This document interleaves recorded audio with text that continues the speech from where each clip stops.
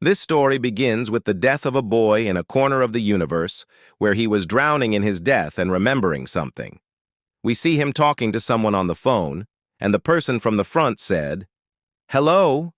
Oh, you're awake. Remember we're all going cherry blossom viewing tomorrow?" The boy replied, "Ah, of course?" The person on the call then disappointedly asked him, "Really?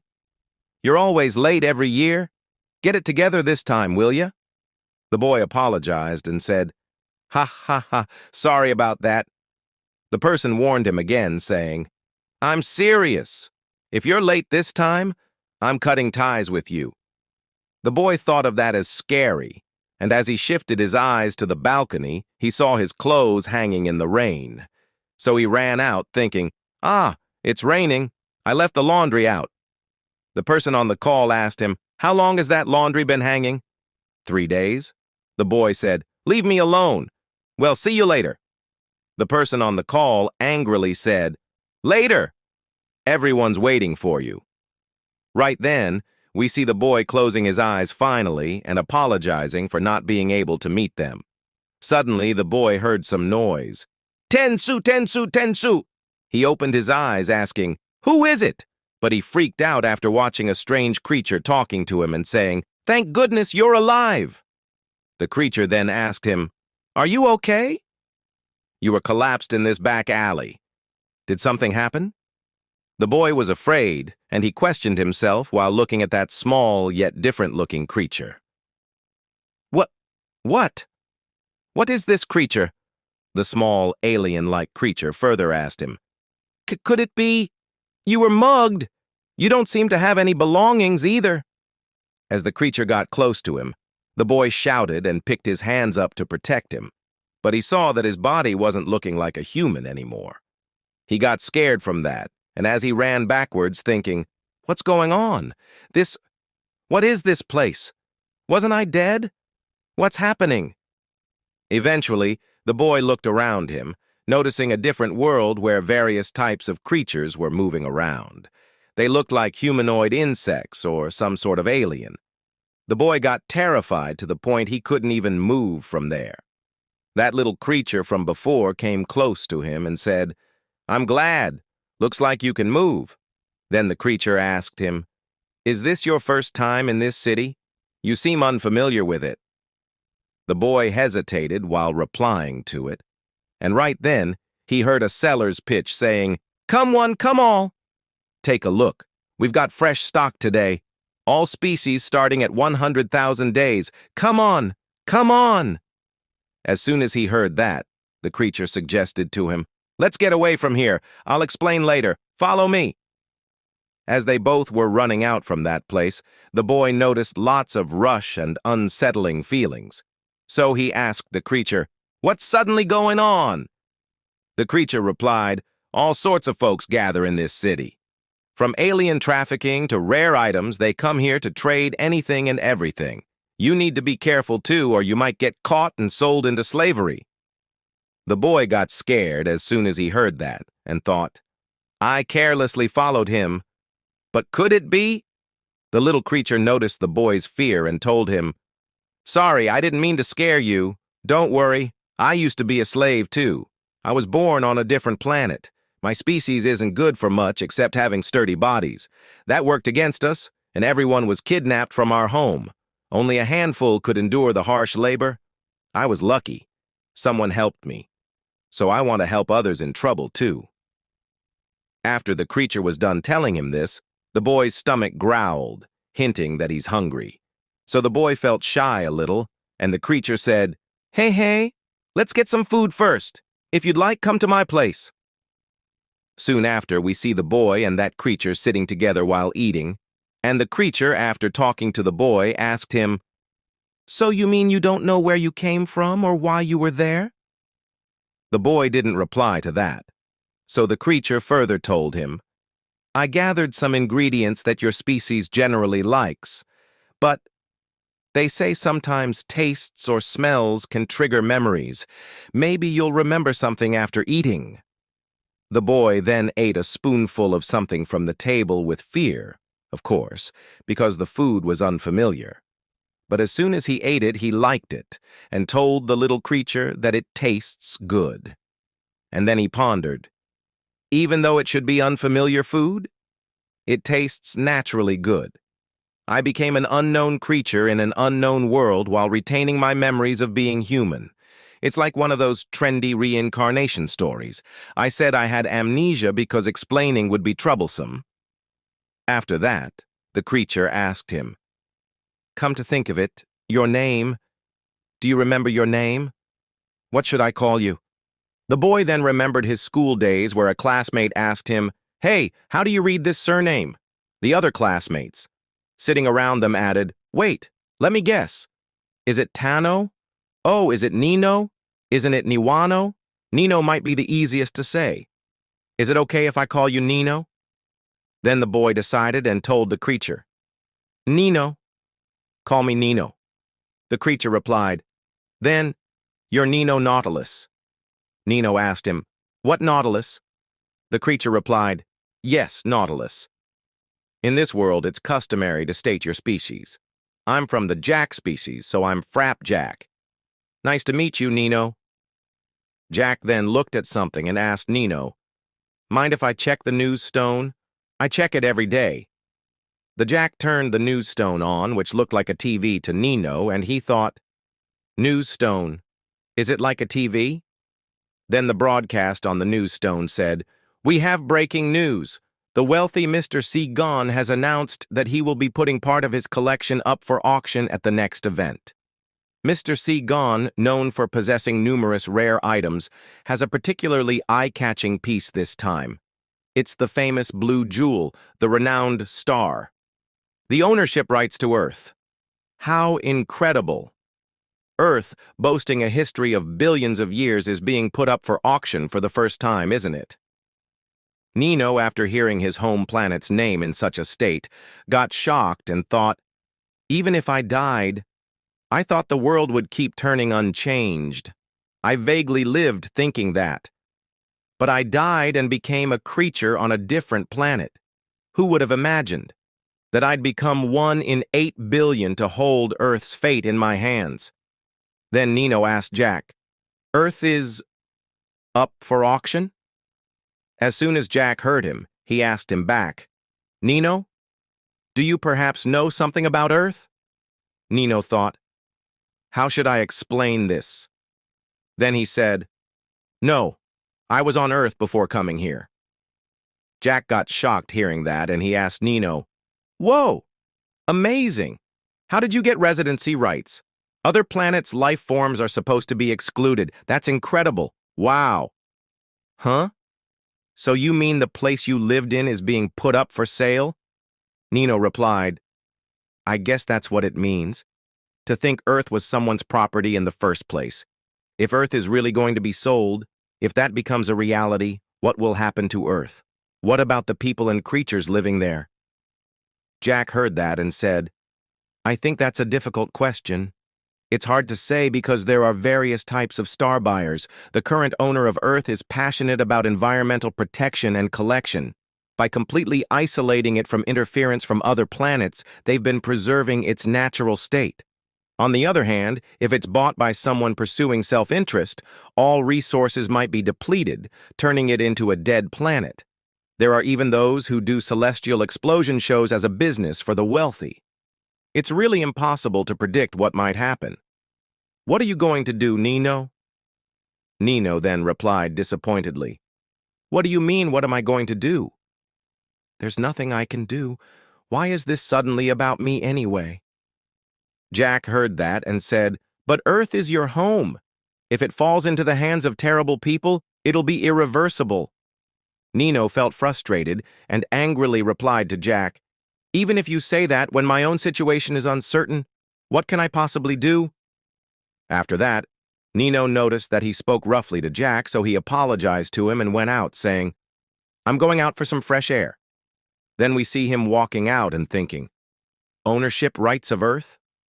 What kind of talk is this? Do I have to do something about it?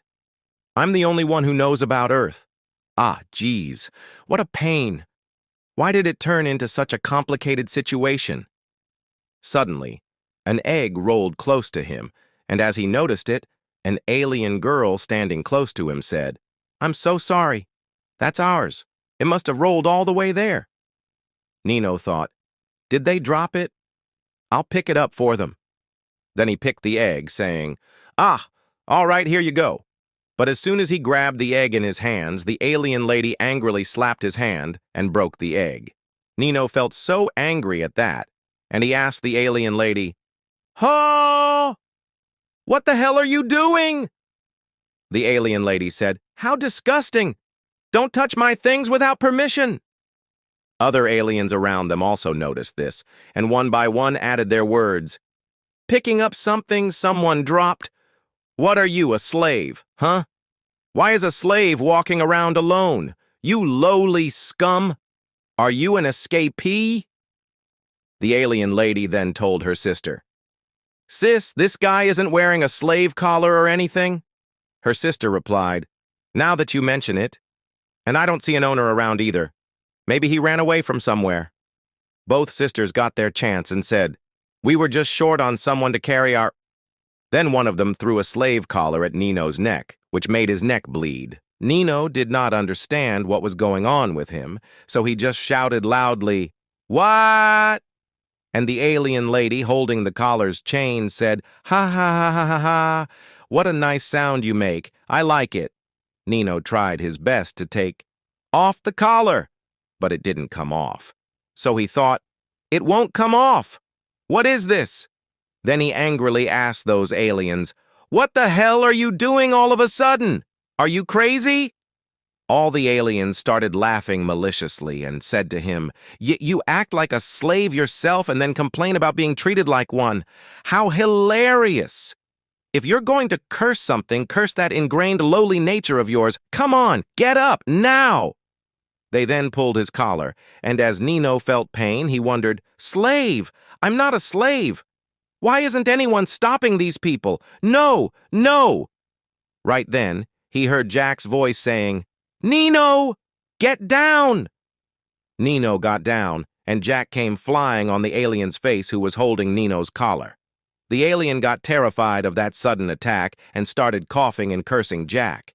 Her sister grabbed Jack from his back and dropped him down and then said, "Damn, what's with this guy? You've got some nerve acting so cocky.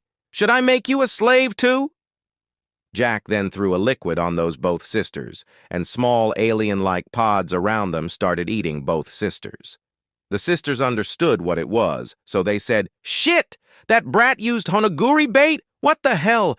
This is insane! A scatter! Scatter, quickly!"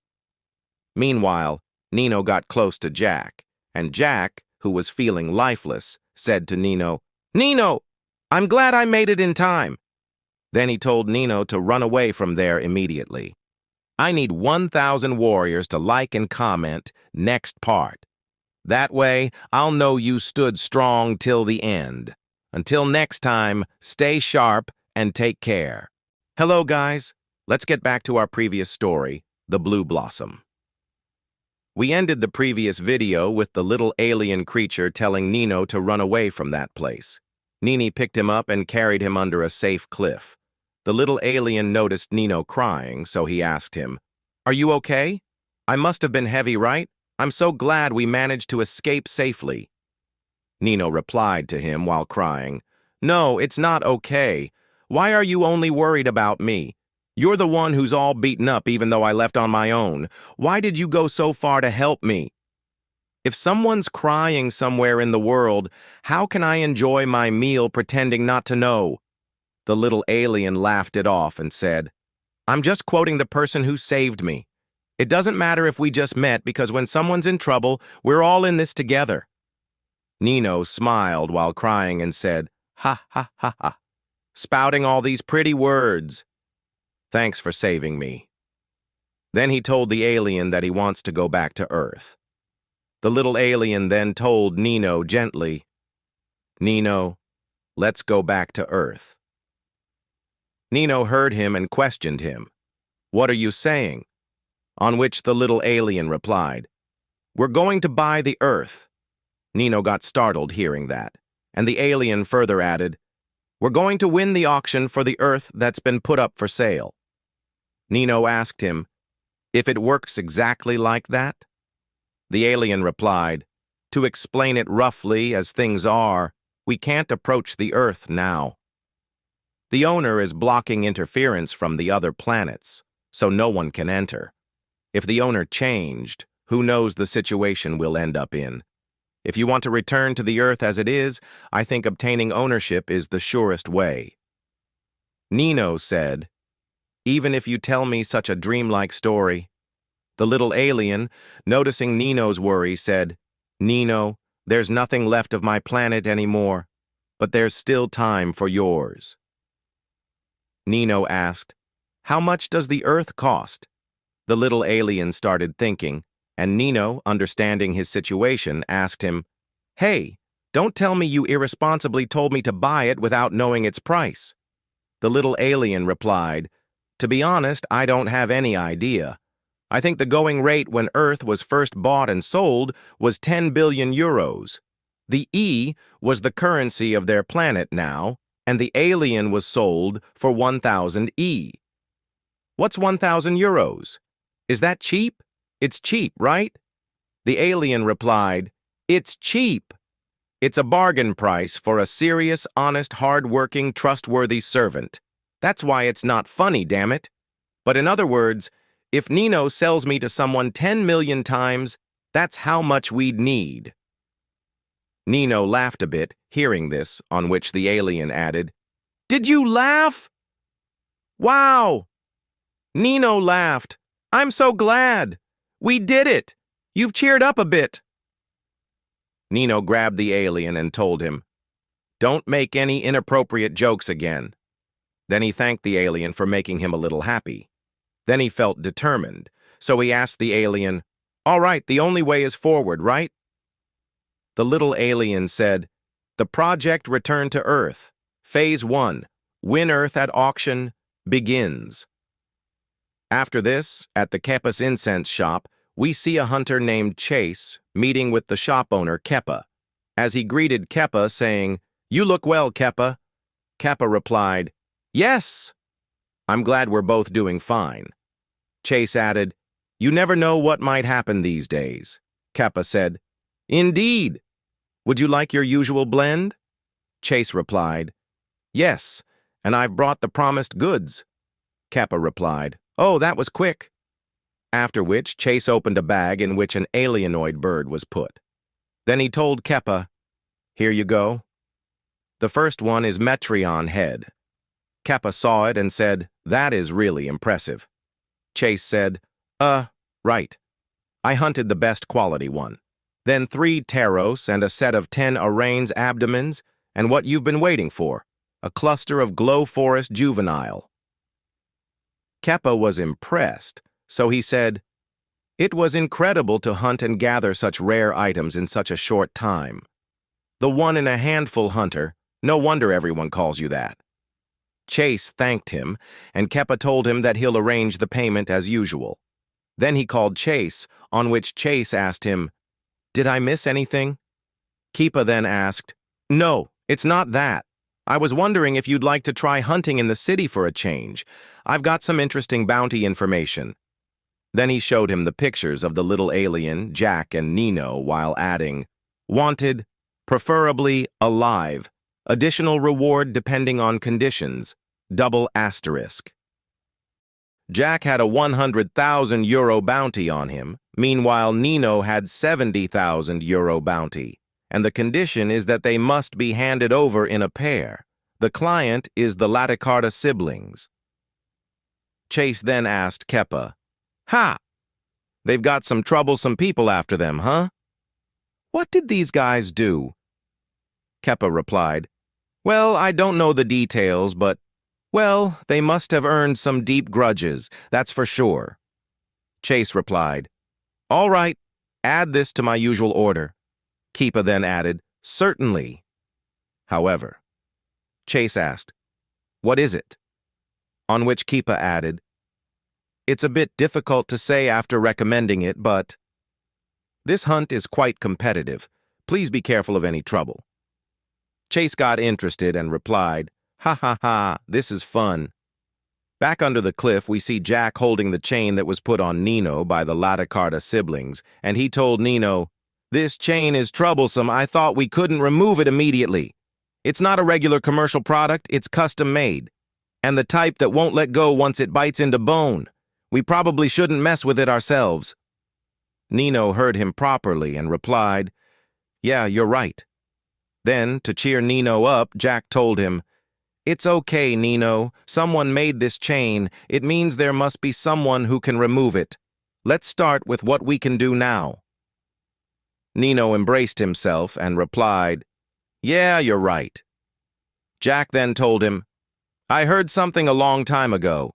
If you go through the wilderness from this city to the acid swamp on the west side, beyond that, there's a skilled doctor who can treat any injury or illness." Nino hurriedly asked, Then, if we find that person," Jack replied. "That's right. They'll surely help Nino." After this, we see Nino and Jack disguised and trying to blend in with other aliens. Nino felt frustrated, so he asked Jack, "Hey, Jack, don't you think we look way too suspicious?" Jack replied, "Yeah, actually, we do stand out, especially after what happened just now. I'd rather avoid running into everyone. We might not be in the best shape, but we want our journey to be comfortable. First, let's rent some riding beasts. Riding beasts are creatures trained to carry us around. The acid swamp is far from here. It'll make our journey a bit easier." Nino guessed, "Like horses?" After which, they spotted a rent shop and went there. Jack reached the rental stable and excused the owner. The owner greeted him, and Jack then told the owner, "We'd like 2 acid-resistant riding beasts and a map of the western wilderness, please." The owner replied, "Sure thing." And after thinking for a minute, he told Jack, "Customer, I'm terribly sorry, but we're out of stock on both those items." Jack was shocked and asked the owner, "What do you mean by that?" The owner replied, "My apologies, but just between us, I could recommend another rental shop." Right then, they heard a person asking them, "If you two needed some help?" Jack and Nino looked behind, and the person asked, "You needed acid-resistant riding beasts, right?" The person then stepped forward and scared the shop owner, asking him, "Is that a problem or not?" The shop owner replied with a scared expression, Yeah, well." Then he told Jack and Nino, "Aren't you customers lucky? This person's a skilled guide. Why not have them guide you to your destination while renting the beasts?" Jack happily asked the person, "You're ready to do that?" The guide agreed, saying, "It's my pleasure to come with you." Later on, while walking, the guide said to Jack, "That was a close call, you two." Jack asked, "Huh?" The guide added, "That old man at the rental shop. He's infamous for preying on travelers by introducing them to shady businesses and profiting from referral fees. If you had blindly followed his recommendation, you'd be penniless by now." Jack heard him and took a deep breath. Watching this, the guide laughed and said, "Ha ha! Next time, do your research and use them confidently. As long as you don't get fooled, it's no big deal." Jack then said to Nino, "Nino, I'm glad we met such a nice person." Nino replied, "Yeah, this city. It's not all bad people after all." After which, the guide told Nino and Jack, "Before we leave, a cloak is essential for traveling the wilderness. They're all set. Well then, shall we go?" Later on, while riding on the beast, Jack felt so happy and told Nino, "It's so high." Nino looked like he was gonna throw up, so Jack asked him, "Nino, are you okay?" Nino replied, "Yeah, I'm good." The guide asked Nino, "You're not good with heights?" Nino replied, "Well, I'm probably just not used to it." The guide understood that easily, but Jack worriedly asked him again, "I didn't think about that at all. Are you really okay?" Nino replied, "Ha ha, I'm fine. Besides, I'm happy that Jack thought of everything for me." Jack got emotional hearing that, after which Nino noticed something off, so he asked Jack, Hey Jack, we ended up asking for a guide on the spur of the moment. Was that really okay? Nino thought about it and then happily replied, It's fine. I think he's a good person. As Jack was super trusting, enough to invite a complete stranger home, and Nino knew about it. So he asked Jack again, Are you sure it's really okay?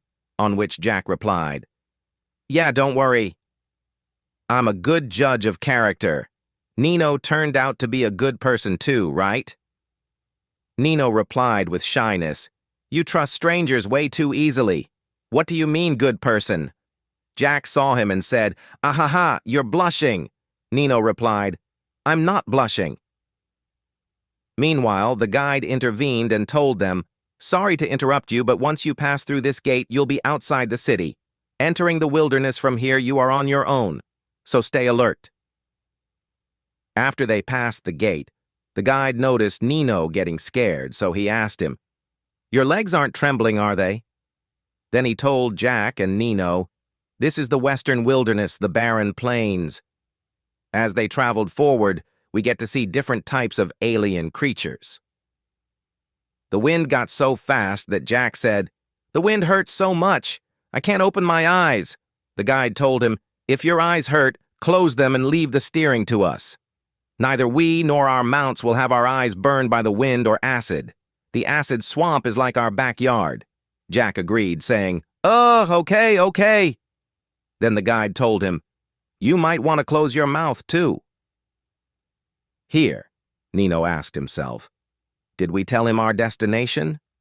He then tried to ask for something to Jack, but due to the sand, he couldn't speak properly. I need 1,000 warriors to like and comment next part.